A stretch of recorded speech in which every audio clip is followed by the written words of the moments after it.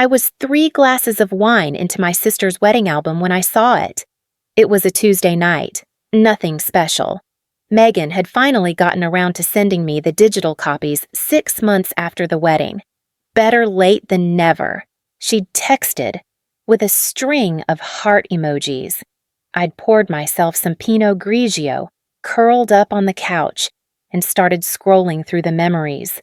Beautiful ceremony. Happy tears.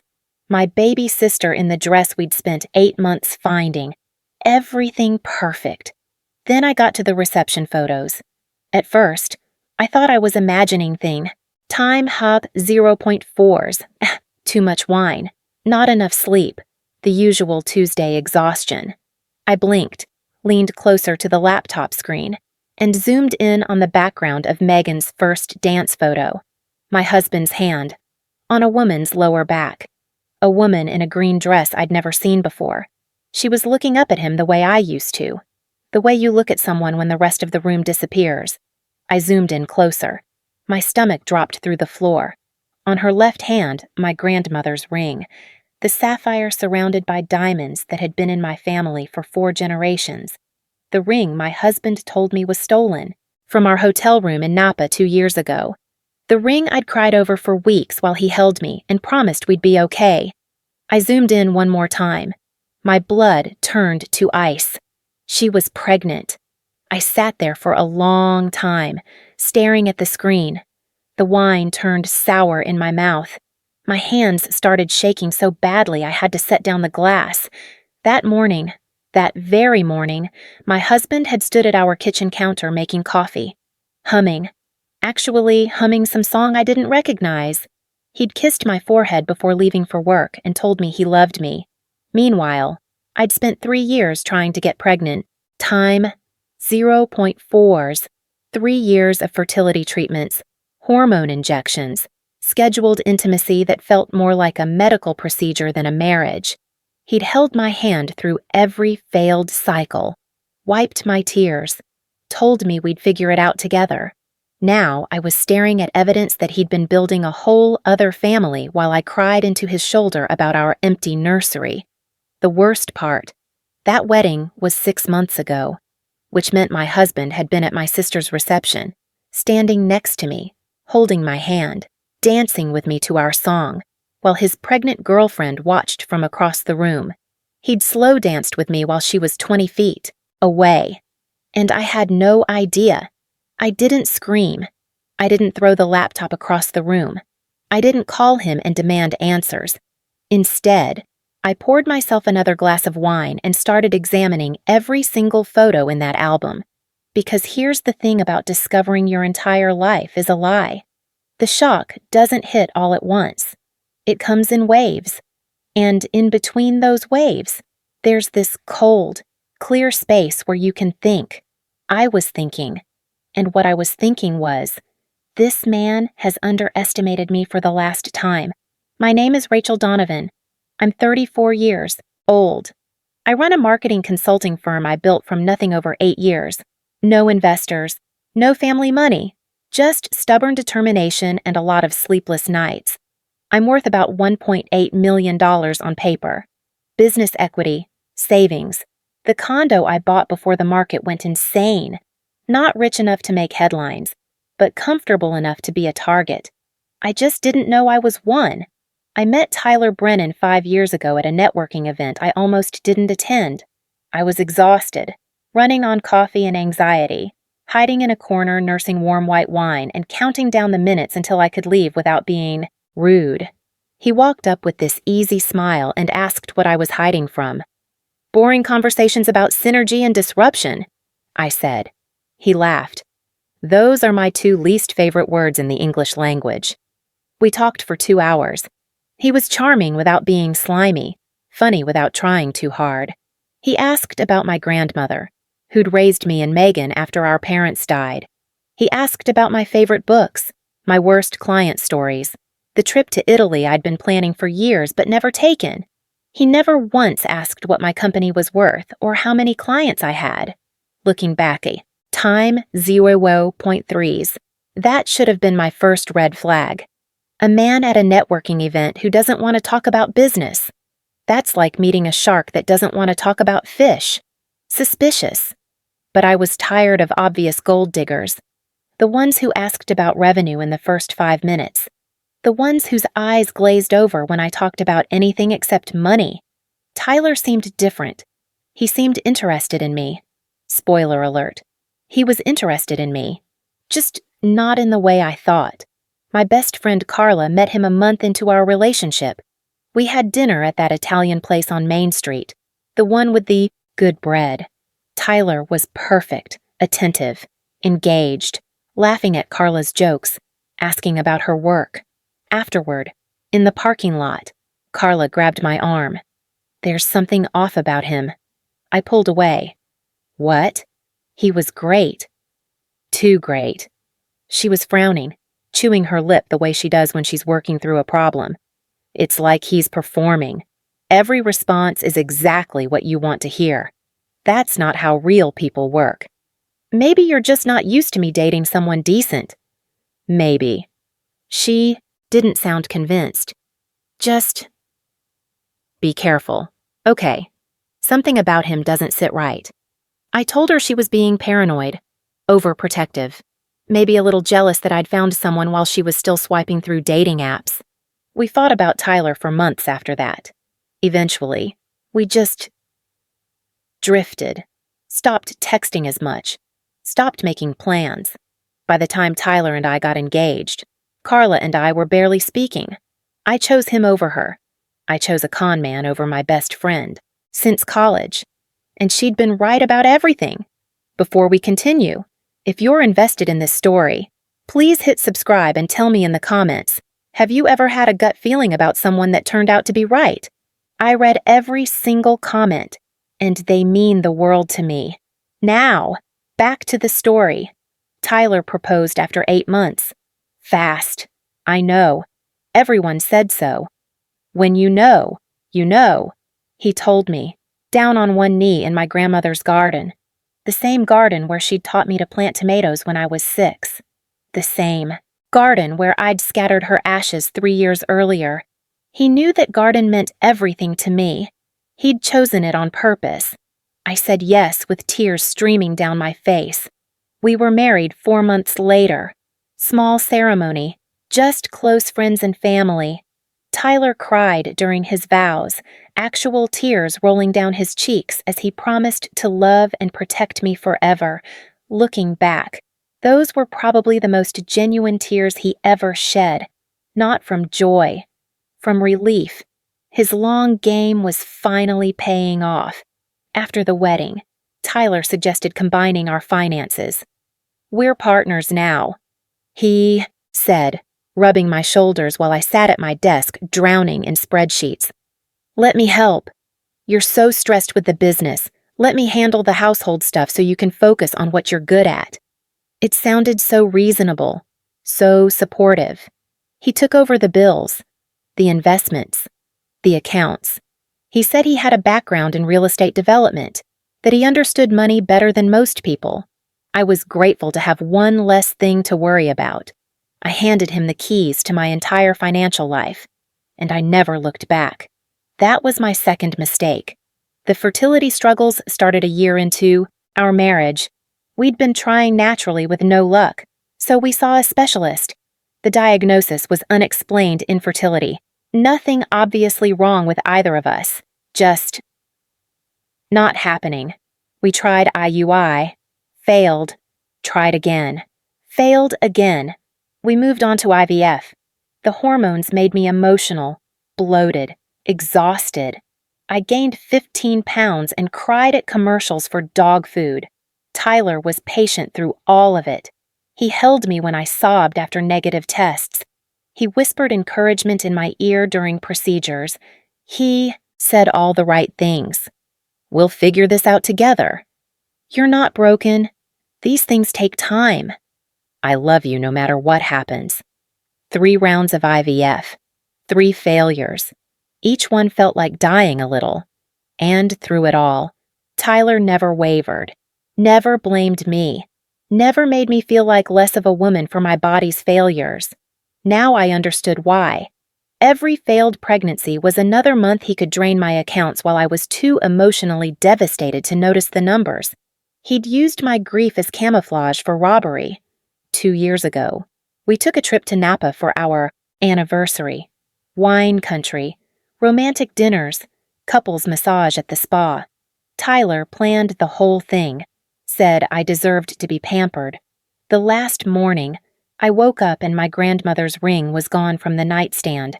I tore that hotel room apart. Tyler called the front desk, the police, the insurance company. He was more upset than I was, pacing the room, running his hands through his hair, apologizing over and over. I should have put it in the safe, he kept saying. This is my fault. I'm so sorry, baby. I comforted him. I told him it wasn't his fault. I held him while he cried. The insurance paid out $45,000. Tyler suggested we put it in a joint investment account. Let's turn this tragedy into something positive, he said. Build our future. I thought it was sweet, practical, the kind of forward-thinking approach a good husband would have. I signed the paperwork and never saw a dime of that money again. I also never saw my grandmother's ring again, until I saw it on another woman's hand in my sister's wedding photos. That Tuesday night, after I'd examined every photo in the album, I didn't confront Tyler. He came home from work around 7, kissed my forehead, asked about my day. Good, I said. Just relaxing, looking through Megan's wedding photos. Oh yeah. He grabbed a beer from the fridge, completely casual. Any good ones? A few. I smiled at him. He smiled back. We had dinner, watched some TV, went to bed. He fell asleep within 10 minutes. I lay awake until 3 in the morning, staring at the ceiling, feeling his warmth next to me and knowing it was all a lie. I didn't sleep that night, or the next night, or the one after that. But I also didn't tip my hand. Because here's what I knew about Tyler after 4 years of marriage. He was smart, careful. If I confronted him with what I'd found, he'd have an explanation ready. He'd gaslight me, make me doubt my own eyes, convince me I was being paranoid or hormonal or crazy. He'd done it before. Anytime I questioned anything, the late nights, the vague work stories, the receipts that didn't quite add up, he had an answer. Always smooth, always reasonable, always making me feel like the problem was me. Not this time. I needed more information. I needed evidence he couldn't explain away. I needed to know exactly who I'd married. I spent the next week doing reconnaissance. First, I identified the woman in the green dress. It wasn't hard. Her face was clear in several photos. A reverse image search pulled up her Instagram within minutes. Vanessa Cole, 29 years old, dental hygienist, lived in Ridgewood, a town about 40 minutes from us. Her Instagram was a goldmine of horrors. Engagement photos from 3 years ago, with my husband's face cropped out, but his hand visible, his distinctive watch, his build. Maternity photos from 2 months ago, her in a flowing dress, hands on her belly, glowing with happiness. Nursery preparation posts, gender reveal, baby shower, and in nearly every photo, there it was, my grandmother's ring on her left hand. I did the math. Tyler and I had been married for 4 years. He'd gotten engaged to Vanessa 3 years ago. He'd proposed to another woman while married to me. He'd been living 2 complete lives with a 40-minute commute between them. The pregnancy timeline was even worse. Based on her posts, Vanessa was about 7 months along, which meant she'd conceived while I was in the middle of my 3rd IVF round, the one where I'd given myself injections every night, gained 15 pounds, and cried myself to sleep more times than I could count, while I was begging my body to create life with him.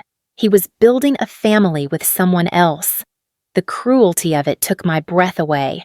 I found a private investigator through a recommendation from my lawyer, a woman named Diana Reyes, former FBI, Financial Crimes Division, 15 years on the force before going private. She had short gray hair, reading glasses, and the kind of face that said she'd seen everything and wasn't impressed by any of it. I sat across from her in a coffee shop an hour from home, couldn't risk being seen, and told her everything. The photos, the ring, the other woman, the pregnancy. Diana listened without interrupting, took notes. When I finished, she set down her pen and looked at me with something between pity and respect. "Mrs. Brennan," she said, "I have to tell you, this sounds like a professional operation. The level of compartmentalization, the long timeline, the careful manipulation. This isn't his first time." "What do you mean? Time? 0.4s. I mean, men who do this, who successfully maintain double lives for years, they don't start at expert level. They practice. They make mistakes. They learn." She picked up her pen again. "I'm going to find out who Tyler Brennan really is. And I don't think you're going to like what I discover. I already don't like any of this. It's going to get worse before it gets better." She was right. It got so much worse. Diana called me 10 days later. Her voice was careful in a way that made my stomach drop. "I need to see you in person," she said. "Today, if possible." I drove to her office. She had a folder waiting on her desk. Thick, way too thick for 10 days of work. "Before I show you this," she said, "I need you to prepare yourself. What I found goes beyond a typical affair. Just tell me." She opened the folder. "Let's start with the basics. Your marriage license was never filed." The words didn't make sense. "What?" "The officiant Tyler hired, a man named Robert Keller, isn't licensed to perform marriages in this state. Never has been. Your wedding certificate is worthless. Legally, you were never married. To Tyler Brennan." I felt the room tilt sideways. "But we signed papers.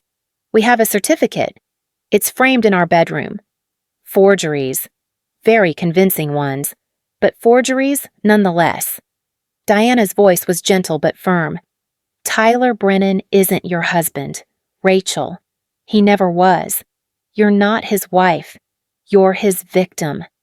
I sat there, trying to process. 4 years. 4 years of marriage that wasn't real. 4 years of calling him my husband when legally he was nothing to me. Then what is Vanessa? Time? Fours? I finally asked. That's where it gets complicated. Vanessa Cole believes she's his fiancée. She's planning a wedding for next spring. But here's the thing. I found evidence that Tyler actually did marry someone. Legally. 9 years ago. Who? Diana pulled out a document. Marriage certificate. Tyler James Brennan and Michelle Torres. Ohio. 2015.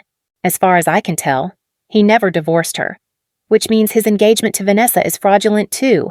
And technically? Diana paused. Technically, if there's anyone who can claim to be Tyler Brennan's wife, it's Michelle Torres. Where is she now? I tracked her down. She's in Pennsylvania now. And Rachel. Diana pulled out more papers. She's not the only one. The folder contained evidence of at least 3 other women Tyler had targeted. Michelle in Ohio, a woman named Sarah Dawson in Georgia before that, and before Sarah, another woman in Florida whose case was harder to trace. Each relationship followed the same pattern. Meet the woman, become indispensable, gain access to finances, drain accounts slowly, disappear when the money ran out or suspicion grew. Sarah Dawson had lost $180,000 in her photography business. Michelle Torres had lost $200,000 in her house. The Florida woman had lost everything and refused to talk about it. Tyler Brennan wasn't a cheating husband. He was a serial predator who'd spent over a decade perfecting his con. And I was his latest target. If this story has you, as shocked as I was, please hit that like button. And tell me in the comments, What would you do if you discovered your entire relationship was a scam? Now let me tell you about the twist that changed everything. 3 weeks after meeting Diana, I received an email from an address I didn't recognize. The subject line was, "I know about your husband." My first thought was blackmail. Some scammer who'd seen news about investigations, trying to extract money. I almost deleted it. But something made me click. "Mrs. Brennan, or whatever your real name turns out to be, I need to talk to you. I'm the photographer who shot your sister's wedding." I sent those photos to her deliberately. I made sure certain images were in the final album. I was hoping you'd see them. "My name is Sarah Dawson. Your husband destroyed my life 7 years ago in Georgia. I've been waiting a very long time for someone to finally stop him. Please call me." There was a phone number at the bottom. I called. Sarah Dawson was 42 years old, soft-spoken, with a quiet intensity that reminded me of Diana. She'd rebuilt her life after Tyler, new city, new business, new identity in some ways. But she'd never forgotten, never stopped watching, never stopped hoping he'd face consequences. "I was at your sister's wedding as a hired photographer," she explained.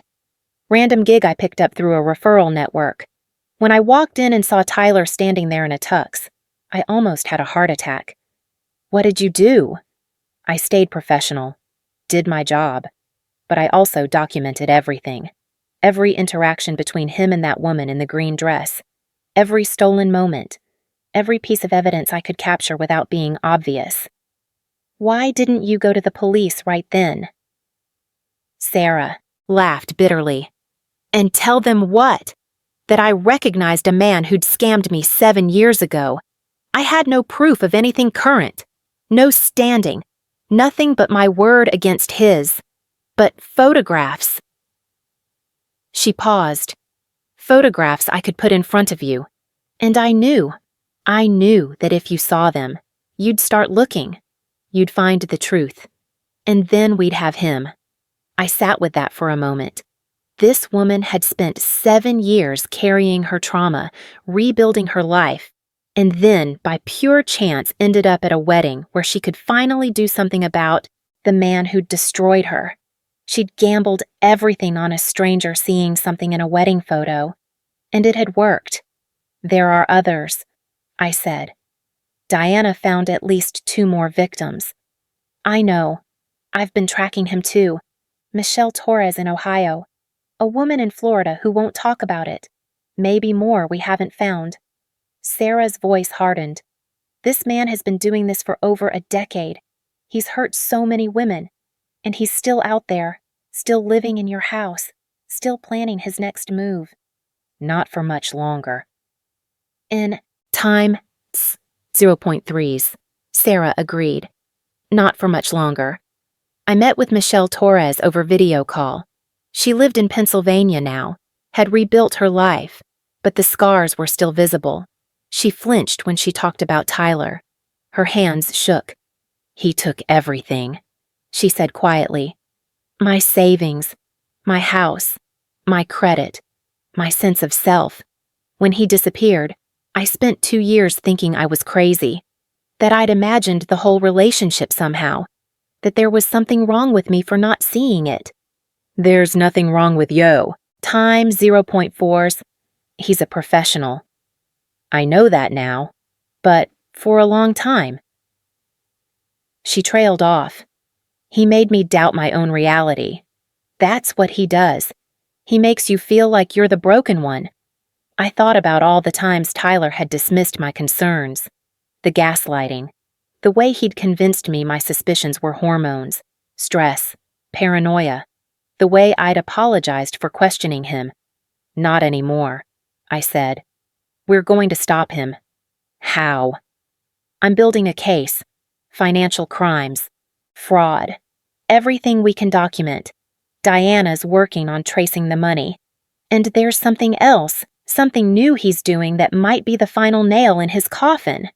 I told her about Vanessa, about the pregnancy, about Vanessa's mother with Alzheimer's.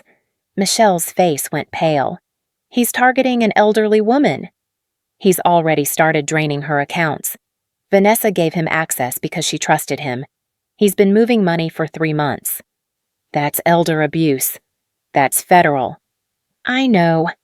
I smiled grimly. That's the point. Approaching Vanessa was the hardest conversation of my life. Sarah and I went together. Safety in numbers. And Sarah's presence as a previous victim added credibility. We met Vanessa at a coffee shop in her town, somewhere public, somewhere she could leave if she felt unsafe. She was beautiful, younger than me, with kind eyes and a visible baby bump. She wore my grandmother's ring like it was the most precious thing she owned. Looking at her, I didn't feel anger. I felt heartbreak. This woman had no idea her entire future was built on lies. She was 7 months pregnant with the child of a man who didn't exist. Thank you for meeting with us, I said. Vanessa nodded nervously. You said it was about Tyler. Is he in some kind of trouble? I took a breath. Vanessa, what I'm about to tell you is going to be very difficult to hear. I need you to look at some documents before you make any judgments. Sarah slid a folder across the table. Vanessa opened it with trembling hands. Photos of Tyler and me at our wedding. Our fake marriage certificate. Bank records showing transactions spanning years. Diana's report on his history. Photos of Michelle and Sarah. Vanessa's face went through every stage of grief in about 30 seconds. Confusion, denial, anger, devastation. By the end, she was crying so hard she couldn't speak. He told me you were his crazy ex, she whispered. He said you were obsessed with him, that you'd fabricated a relationship and wouldn't leave him alone. I know what he told you. The ring. She touched my grandmother's sapphire like it had burned her. He said this was from his grandmother. He said it had been in his family for generations. My grandmother. My family. My generation. Time. 0.4s. I kept my voice gentle. He stole it from our hotel room 2 years ago and staged a break-in to claim the insurance money. Vanessa stared at the ring. Then she slowly pulled it off her finger and set it on the table between us. I don't want it anymore, she said. I don't want anything from him. I picked up the ring, my grandmother's ring, back where it belonged after 2 years. It should have felt like victory. It just felt sad. There's something else, I said. Something you need to know. Diana, my investigator, found evidence that Tyler has been accessing your mother's accounts. Vanessa went still. What? You gave him power of attorney over her finances 3 months ago. Since then, he's transferred approximately $80,000 out of her accounts. He's also initiated paperwork to sell her house. The color drained from Vanessa's face. Her mother had Alzheimer's. She couldn't protect herself. She couldn't even understand what was happening. My mother has maybe $150,000 total. And the house. Vanessa's voice cracked. The house is all she has. It's supposed to pay for her care facility. I know. Time. 0.4s. He was going to steal from my sick mother. Vanessa's grief transformed into rage. While I'm pregnant with his baby, while I'm planning our wedding, he was going to leave my mother with nothing. Yes. Vanessa stood up so fast her chair fell over. I want to destroy him. I looked at Sarah. Sarah looked at me. Then let's talk, I said, because that's exactly what we're planning. The alliance came together faster than I expected. There were 4 of us now. Me, Sarah, Michelle, and Vanessa. 4 women. Tyler, Brennan had targeted. 4 women who'd lost money, dignity, trust, peace of mind. 4 women who were done being victims. Diana continued her investigation. The financial trail was extensive. Tyler had hidden money in offshore accounts, moved assets through shell companies, created elaborate structures to obscure his theft. But he'd also made mistakes. Arrogant mistakes. The kind of mistakes men make when they're certain they'll never be caught. He'd used the same aliases multiple times, left digital breadcrumbs, failed to completely clean up after himself when he moved from Target to Targi. Time? 0.4s. He's been doing this so long, he's gotten sloppy. Diana explained. 10 years of success breeds overconfidence. He thinks he's untouchable. He's about to find out he's not. We brought everything to a prosecutor named Rebecca Morrison, ADA, Financial Crimes Division.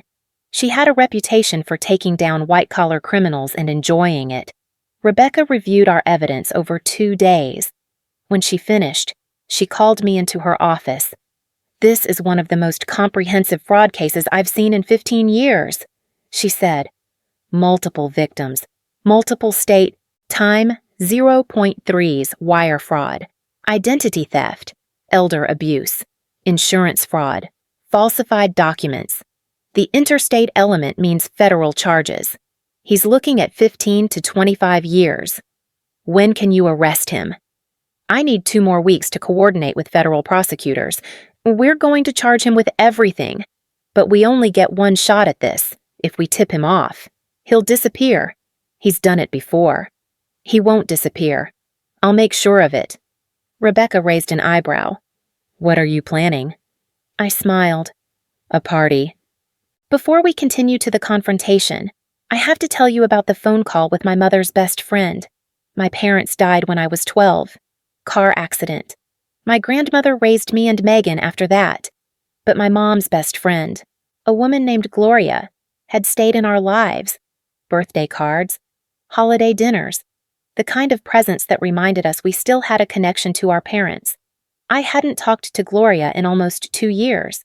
Tyler had gradually isolated me from everyone, Carla, extended family, old friends.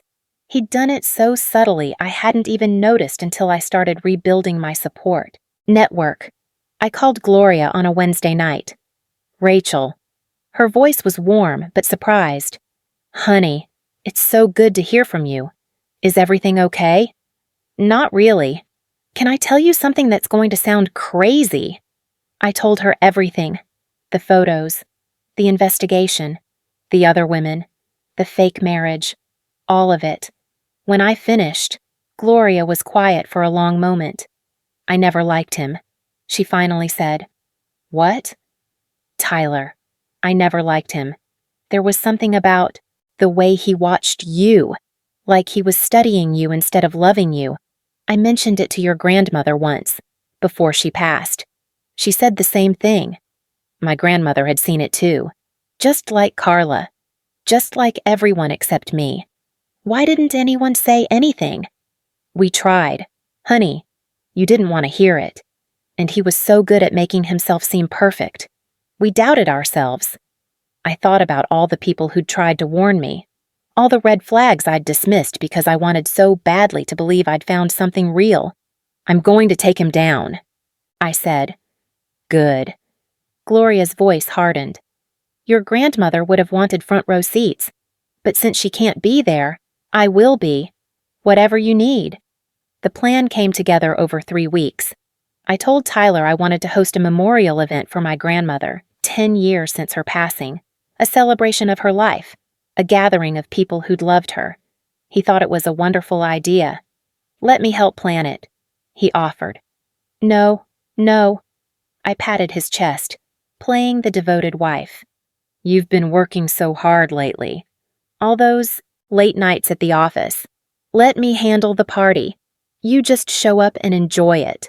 He had no idea that handling the party meant coordinating with a prosecutor, multiple victims, undercover police officers, and a reporter from the local news station. The venue was a historic garden space connected to a charity my grandmother had supported. Beautiful setting. 50 guests confirmed. Catering, flowers, string quartet, the works. Tyler spent the morning of the event getting ready. I watched him through the crack in the bathroom door as he practiced expressions in the mirror, adjusting his TI. Time 0.4s, rehearsing his sincere face. This man I'd shared a bed with for 4 years. This man I'd defended to everyone who doubted him. This man who'd stolen from me, lied to me, destroyed my dreams of having a family. He thought he was walking into his crowning achievement. He had no idea he was walking into his own execution. If you've made it this far, you're about to witness the best moment of my life. Before we get there, please hit subscribe if you haven't already. I have more stories like this coming, and trust me, you don't want to miss them. Now, let's destroy Tyler Brennan. The garden was perfect. Late spring, everything in bloom. White tents, champagne in silver buckets, flowers on every table, soft music floating through the air, 50 guests milling about in their Sunday best, family, old friends, colleagues who'd known my grandmother through her charity work, and scattered throughout the crowd, Sarah Dawson, pretending to be the hired photographer, Michelle Torres, disguised as a guest, Vanessa, waiting in a car around the corner for her cue, 2 plainclothes police officers near the bar, Ada Rebecca Morrison, chatting with someone by the rose bushes, a reporter from Channel 7 with a camera crew positioned discreetly near the entrance. Tyler was in his element. He worked the room like a politician. Handshakes, condolences, that easy laugh he'd perfected over years of practice. Everyone loved him. Everyone trusted him. His hand kept finding my waist for photos. Every time someone pointed a camera, there he was, the devoted husband, gazing at me with what looked like adoration. I smiled back at him and imagined him in handcuffs. Around 3 o'clock, I made my way to the small platform we'd set up near the fountain. A microphone, a podium, the perfect spot for toasts and speeches. I picked up the mic. The crowd quieted. Tyler stood near the front, champagne in hand, that supportive husband smile plastered across his face. "Thank you all for coming today to honor my grandmother's memory," I said. She was a woman who valued honesty above all else. She used to say that the truth always surfaces. Sometimes it just needs a little help. I looked directly at Tyler. "Today, I'm going to help it." His smile flickered, just for a second. The first crack in his performance. I reached under the podium and pulled out a folder. 3 months ago, I discovered something about my husband that changed everything I thought I knew about my life. Today, I'm going to share it with all of you, because Tyler always said he believed in truth. Let's see if he meant it. The crowd murmured. Tyler's champagne glass stopped halfway to his lips. "Many of you know my husband. You've seen how devoted he is, how supportive, how loving." I paused. "What you don't know is that Tyler has another fiancée." Gasps. Tyler's face went white. Time 0.4s. Her name is Vanessa Cole. She's 7 months pregnant with his child, and she's wearing the ring that was supposedly stolen from our hotel room 2 years ago, my grandmother's ring. I gestured toward the garden entrance. On cue, Vanessa walked in, visibly pregnant, holding her own folder of evidence, my grandmother's ring notably absent from her finger. Tyler took a step backward. "But it gets better," I continued. "Our marriage was never legal. Tyler hired a fake officiant. Our certificate is worthless. I'm not actually his wife, I'm just his victim." More gasp. Time 0.4s. Someone dropped a champagne glass. It shattered on the stone patio. "What?" Tyler found his voice. "Rachel, honey, this is insane. You're confused. The pregnancy hormones? I'm not pregnant. Tyler, remember, all those failed IVF cycles, all that money we spent on fertility treatments. Funny how it never worked out." I held up another document. "Over 4 years, you stole $340,000 from my business accounts. You forged my signature on loans. You opened credit cards in my name. You took out a second mortgage on my condo without my knowledge. That's ridiculous. I would never. And I'm not your first victim." Sarah Dawson stepped forward, camera still around her neck. "My name is Sarah Dawson. He did the same thing to me in Georgia 7 years ago. $180,000 and my photography business." Michelle Torres stepped forward from the other side of the crowd. Michelle Torres, Ohio. $200,000 and my house. Tyler was backing toward the exit now, his eyes darting around like a trapped animal. And most recently, I continued, Tyler has been draining the accounts of Vanessa's elderly mother, a woman with Alzheimer's who can't protect herself. He's stolen over $80,000 in 3 months and started paperwork to sell her home. Vanessa's voice rang out clear and strong. I trusted him with my mother's care. He was supposed to help us. The crowd had gone completely silent. Every face was turned toward Tyler, and not a single one held sympathy. Tyler reached the edge of the tent, his escape route.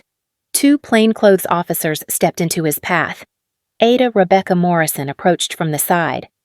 Tyler James Brennan, you're under arrest for fraud, identity theft, embezzlement, elder abuse, wire fraud, and insurance fraud. You have the right to remain silent. They handcuffed him right there in front of everyone. His practiced charm finally cracked. He looked small, scared, human. Rachel, please. His voice was desperate now. I can explain. No, you really can't. He tried one more time. I loved you. I really did love you. I leaned close, so only he could hear. No, you didn't. You don't know how to love anyone. Time they'll point fours. You just know how to take. And now you're going to spend years in prison thinking about what that cost you. I stepped back, watched them put him in the back of the police car, watched it drive away down the long gravel path, past the gardens, through the iron gates. The crowd stood in absolute silence. Then someone started clapping, slow at first, then building. Sarah, Michelle, Vanessa, Gloria, my sister Megan, crying and laughing at the same time. My grandmother's ring was back on my finger. For the first time in months. Time? 0.3s. I took a full breath. Grant was denied bail. Flight risk, the judge said. Too many hidden assets. Too many connections to people who could help him disappear. The federal charges stacked up quickly. Each victim added layers to the case. The elder abuse charges were particularly damaging. Prosecutors treated the exploitation of Vanessa's mother as a special circumstance that enhanced all the other charges. His trial lasted 2 weeks. Sarah, Michelle, Vanessa, and I all testified. Diana presented the financial evidence. The paper trail Tyler thought he'd hidden wasn't hidden at all. Time? 0.4s. Guilty on all counts. 23 years. The judge called it one of the most calculated and heartless fraud schemes she'd seen in her career. She recommended he serve his sentence in a facility far from any of his victims. I watched Tyler's face as they led him away. He looked older than I'd ever seen him. Smaller. Whatever charm he'd used to destroy so many lives had evaporated completely. He didn't look back at me. He knew there was nothing left to manipulate. The aftermath took months to sort through. Financially, I'd lost a lot, but not everything. Some of the money Diana traced could be recovered. Tyler's hidden accounts were seized. Insurance covered some of the fraudulent loans once the criminal case established what had happened. I'd never get back everything he stole. But I'd survive. I'd rebuild. That was more than some of his victims could say. Vanessa had her baby 2 months after the arrest. A little girl. She named her Eleanor, after my grandmother, the woman whose ring had ultimately led to uncovering the truth. I didn't expect to become close with the woman my husband had been building a second life with, but trauma bonds people in strange ways. We text almost every day now. She sends me pictures of Eliano. Time? 0.4s. I'm her honorary aunt. We're not defined by the man who hurt us. We're defined by how we survived him. Carla and I reconciled. Slowly, carefully, with a lot of apologies on my part. She'd been right about Tyler from the very beginning. I'd chosen him over her, and she'd still been waiting when I finally woke up. I'm sorry I didn't listen to you. I told her over coffee, 2 months after the arrest. You weren't ready to hear it. She shrugged. Some truths have to find you at the right time. I wasted 4 years. You survived 4-year time. Point fours. That's different. She reached across the table and squeezed my hand. And you took him down. That's not nothing, Rach. That's everything. People ask me sometimes if I regret those 4 years, if I wish I'd seen the signs earlier, if I'm angry at myself for being fooled. Here's the truth. Tyler Brennan was a professional. He'd spent over a decade perfecting his con. He knew exactly which women to target and exactly how to manipulate them. I'm not stupid for believing him. I'm human.